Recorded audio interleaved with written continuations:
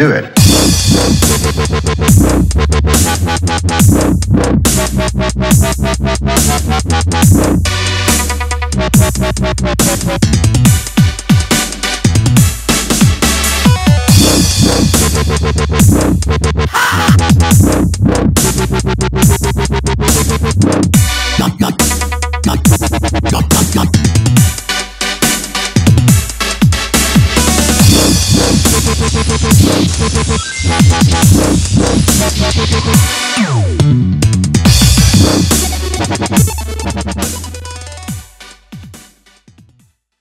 Hello everybody, Happy New Year and welcome back to a special Playground edition of Acmg TV. I am of course your host, Acmg, here to always provide you with all things anime, comics, movies, and games. Now, for most of the people around this world, this is a new year. But if you're a UFC fan or an MMA fan alike, you will recognize this as the coming of the most anticipated fight we've been waiting for some time. UFC 182, Daniel Cormier versus John Bones Jones for the light heavyweight championship is just around the corner, and we couldn't find a better way to celebrate this than to review EA's UFC for the PlayStation 4. Do it.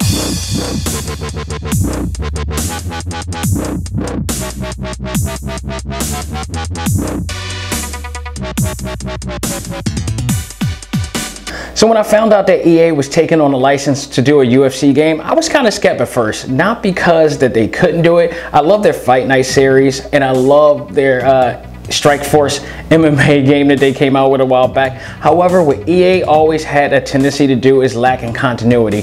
This is kind of no different here, but it doesn't take away from all the fun that you can have. For instance, let's start with the character models and the graphics. All tremendous at this point. They've never had a problem with doing graphics for these games. They've always stepped it up even more every single time. And now with the new gen systems and the engines that they'll be able to use, everything looks just nothing short of phenomenal for most of the fighters. I mean, well, majority of the fighters for that matter. Looks tremendous. There are some models in there that kind of skeptical. We'll talk about that later. The collision detection when fighting actually too is another step up. Kicks, you can actually see the impact within the kicks is not going through the characters.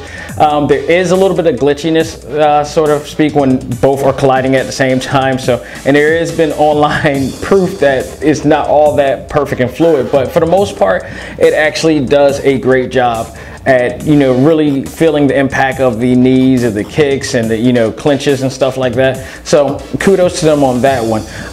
The controls at this point has also never been an issue with EA. The controls have been really well done. They did their homework from the last mixed martial arts game that they were able to do, and utilizing some of the undisputed techniques that you're used to in this one. I thought that was pretty cool that they were able to do that. It's really easy to do.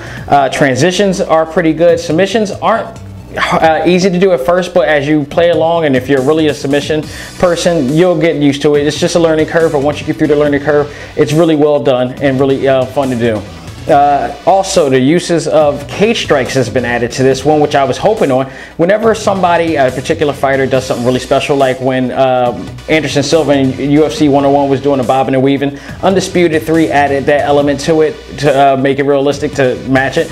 They did the same thing here for EA. EA added the use of the cage to do strikes on now. So now you could do Superman punches, you could do the Showtime kick, you can now do knees off the cage now. So they made it a little bit more realistic because now they can happen. I'm waiting for somebody to now do a hurricane kick on in the octagon so we can add that element on it too.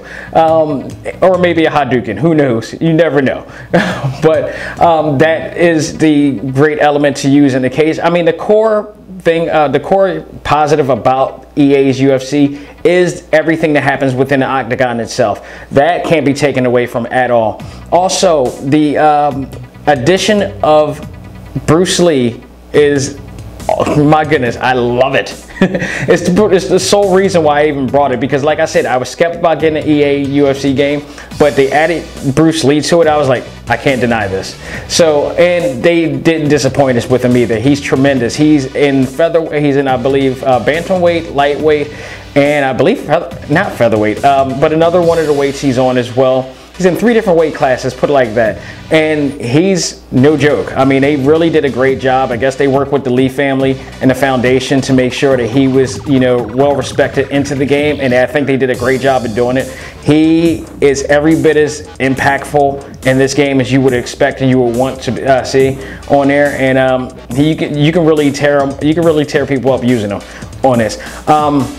Also, when you use a created character or a fighter for this matter, having a great selection of movesets is really well, and EA has a robust amount of movesets here that you can use. You can use all of the kicks that you see from other fighters, all of the submissions that you see from other fighters. You earn the points in career mode in order to do it, and you gain this as well, or you could create them yourself outside of the career mode as well and create your ideal fighter from there, and they have a lot for you to choose from. Also, one of the other great positives I thought even here was the AI. They don't go easy on you at all, and I like that. Even in the beginner's mode, if you pick that, they at least give you somewhat of a challenge. But in career mode, what happens is if you start dominating people after a while and you fight them again, the next time around won't be as easy because they know what you've done before and they will pick up on it and they will counter everything that you pretty much have done before. And I thought that was pretty cool. It gives you a reason not to be lazy and just, you know, keep playing it off. It makes you work at this point. So I thought all those were plus to that. Now with that said, there are quite a bit of negatives as well. So let's talk about that. The career mode, as I just mentioned, actually, which I was afraid of, kind of lacks in continuity. And this is the part I was talking about EA. It's a less than stellar career mode in comparison to Undisputed 3, and because it lacks that real world simulation. Undisputed 3 was really cool, where it actually had you going through training, but in the midst of the training you had interviews, you had media schedules to attain to. If you took the risk of doing the media training, you risk the training, which means your conditioning goes down, your stamina goes down when you fight. So if you miss too many of them, you have a high risk of losing that match, your title, and anything else that you're owed to, sponsorships or whatever. Here, it's just straightforward. It's just like you win a match, you get your stats up, you move on to the next match, you train, you earn sponsorships or whatever, and it's fine. But you know, there was a real world element to it that was that really felt really cool in the Undisputed series. Not only that, the presentation alone is lacking on here.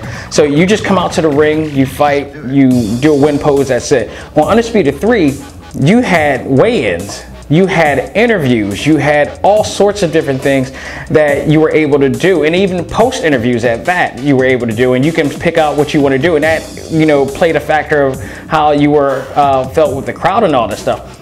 This one, not any of that is on there, and I thought that just takes away from it. It's just a straightforward playthrough at this point. There's also no single player modes outside of career mode too. It's just other versus modes and stuff like that, but there's also online modes, but not for those who don't like to play online. That's a negative factor.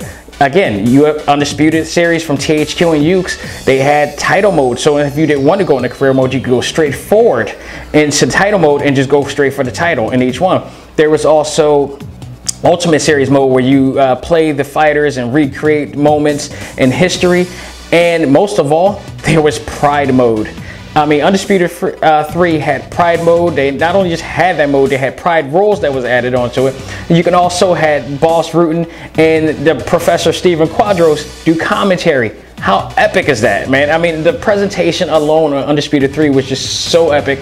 I don't think it'll ever be repeated like that again, and especially with EA doing it, because they don't do it that way, unfortunately. I mean, I wish I could say that they would do it the next version, but due to the past, you know, other games that they've made before, I don't see that happening. I mean, that type of presentation was so top notch, and it's so sad that THQ is now no longer here to even surface to the next gen, you know, to even do something like that. So I mean, I thought that was a major negative from that game. The creative fighter also, again, EA is lacking in continuity here. It's very limited when it comes to creating your fighter. There's not that much features to do. They rely totally on game face system. And for those of you who know, Game Face is the system where you can take a really high quality picture of yourself, upload it online, and graph your own face onto a character avatar model in order for you to play on the game. It was a lot easier to do back then for the PS3 and this Xbox 360. Now they have this new system and it's glitching up like crazy. There's been a lot of complaints online about it. I've tried it myself. I was very unsuccessful in doing so. And they haven't had an answer for it. And EA UFC has been out for quite a while now. So I'm hoping maybe in due time they'll fix that issue or something like that. But even still, it still doesn't take away from the fact that they lack other elements of creating your authentic fighter as well. And the default face models that they have are some of the ugliest face models I've ever seen on there. And you can't even, you know, alter those at that. It's not an in-depth creative fighter. So if you're the type of person like myself who likes creative suites in your video games, you're gonna be disappointed in this one. But overall, the other part is too, I had mentioned that not all character models are you know, fluid and they look like themselves. Everybody for the most part, especially UFC fighters, look like themselves. And then you look at the Octagon girls like Ariane and the other Octagon girls, they look like anime characters. So in a sense, they don't look as natural as we should, you know. It looks very kind of creepy almost in a sense, like almost doll versions of themselves. So I thought that was a weird little situation too, but that's a small factor. It doesn't take anything away from the rest of the series. But also, and this could be a nitpicking thing too, lastly, is the lack of referees that they had in this thing. They had Eve Lviv on here and I believe somebody of two other, but no Herb Dean, no Big John McCarthy, which I would assume should have, God all knows why they didn't put those two in there. They're not on there. So I thought that was a big disappointment as well. Overall, the game is very fun to play. You know, for all intents and purposes, it could have been a worse game. It could have been a, you know, glitch fest, but it's not. It's a very fun game to play, pick up and play. I just wish or hope that they would add so much more to it in retrospect of, in comparison actually of what they had with the predecessor game. But overall, fun game to play. Doesn't have everything you want. Hopefully they'll have more. I give this a B+. It's not exactly a title contender, but it's definitely in the mix.